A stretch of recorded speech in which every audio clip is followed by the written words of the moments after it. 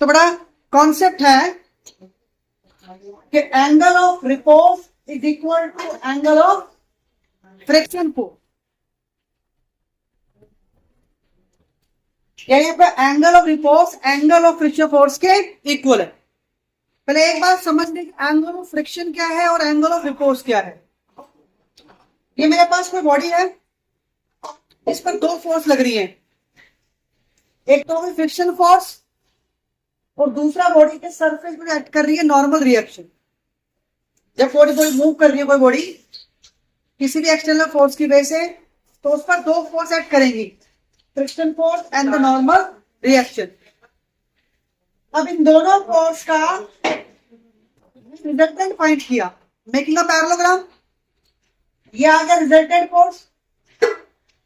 तो friction force और normal reaction का जो रिजल्टेंट है वो नॉर्मल रिएक्शन के साथ जो एंगल बना रहा है इसे हम कहते हैं एंगल ऑफ फ्रिक्शन। अब इसे कैलकुलेट कैसे करेंगे? थीटा के सामने का परपेंडिकुलर, तो ये भी स्मॉल एफ हो गया क्योंकि ये इसके इक्वल है। एफ अपॉन आर कितना हो गया? tan theta perpendicular over base. तो F upon R is equal to tan theta से इक्वेशन फर्स्ट। यहाँ पे theta angle of friction force. अब आ जाओ angle of repose. Angle of repose क्या है? Angle of repose angle of inclination है किसी भी इंक्लाइन सरफेस का जिस पर बॉडी आपकी स्लाइड करती है। ये कोई इंक्लाइन प्लेन है and theta is angle of inclination.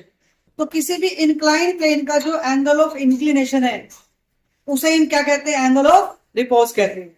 अब इसको कैलकुलेट कैसे करेंगे? सब ये बॉडी आपकी स्लाइड कर रही है, तो इस बॉडी पर पहला फोर्स क्या होगा? इसका वेट mg। इसको हमने रिजॉल्व कर लिया। अब कौन सा कंपोनेंट कोस वाला होगा, कौन सा कंपोनेंट साइन वाला होगा? यहां मैंने एक परपेंडिकुलर ड्रॉ कर दिया इस बेस पर, तो ये बेस इस mg वाले क्या हो गया? पैरेलल। ये एंगल थीटा है, तो ये वाला एंगल क्या हो जाएगा? 90 माइनस थीटा। ये वाला एंगल आपका इस एंगल के इक्वल हो गया। ऑल्टरनेट एंगल पे एंगल कितना हो गया? 90 में थीटा। इन दोनों का सम कितना है? 90। अगर ये 90 माइनस थीटा पे कितना हो जाएगा? 90।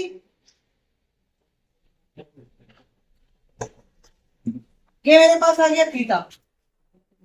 तो कहने का मतलब है कि ये एंगल मेरे पास हो गया थीटा।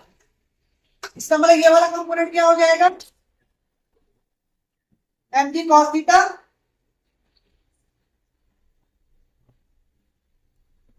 और ये वाला कंपोनेंट हो जाएगा mg sin थीटा। राइट। अब एक फोर्स और क्या लग रही है बॉडी पर? Normal reaction. तो ये डिफरेंट फोर्सेस को मैंने रिजॉल्व कर लिया एक ऐसी बॉडी के लिए जो बॉडी किसी भी इंक्लाइंड सरफेस पर स्लाइड कर रही है। राइट। अब सिचुएशन ले इक्विलिब्रियम की, तो इक्विलिब्रियम में क्या होगा? अपोजिट फोर्सेस क्या हो जाएंगी? इक्वल। अब ये बॉडी स्लाइड कर रही है तो नीचे की तरफ आएगी, यानी बॉडी का मोशन हो गया नीचे की तरफ। तो फ्रिक्शन फोर्स किस डायरेक्शन में रहेगी? ऊपर की तरफ, क्योंकि वो बॉडी की मोशन को अपोज करेगी। तो फ्रिक्शन फोर्स हो गया इन अपवर्ड डायरेक्शन। अब इक्विलिब्रियम में क्या होगा? अपोजिट फोर्सेस इक्वल होंगी। तो एफ का अपोजिट क्या हो गया?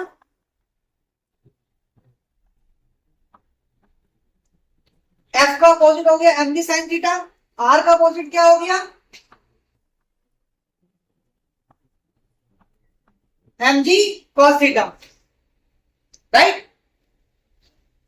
अब यहां पर हम थीटा इसको फाई लिख लेते हैं ताकि यहां पर हम कंपेयर कर सके थीटा और फाई को। चलिए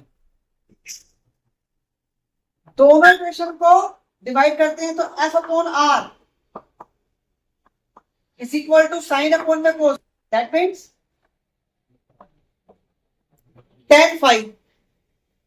तो एफ अपॉन आर यहां पर आ गया tan फाइव के ऊपर, फाइव क्या है, एंगल ऑफ रिपोज। अब यहां पे आ जाओ, एफ अपॉन आर क्या था, tan थीटा, यहां पे थीटा क्या है, एंगल ऑफ फ्रिक्शन। तो इक्वेशन 1 और 4 को कंपेयर करें तो हमें क्या मिल जाता है, tan theta equal to tan five. और ये पॉसिबल कब है, when theta equal to 5। इसका मतलब क्या हुआ कि angle of friction force equal to angle of repose. That means अगर बॉडी किसी एंगल पर, एंगल ऑफ इंक्लिनेशन पर स्लाइड कर रही है तो जितना एंगल ऑफ इंक्लिनेशन होगा उसी एंगल पर उस पर फ्रिक्शन फोर्स एक्ट करेगी। क्लियर है, नोट डाउन।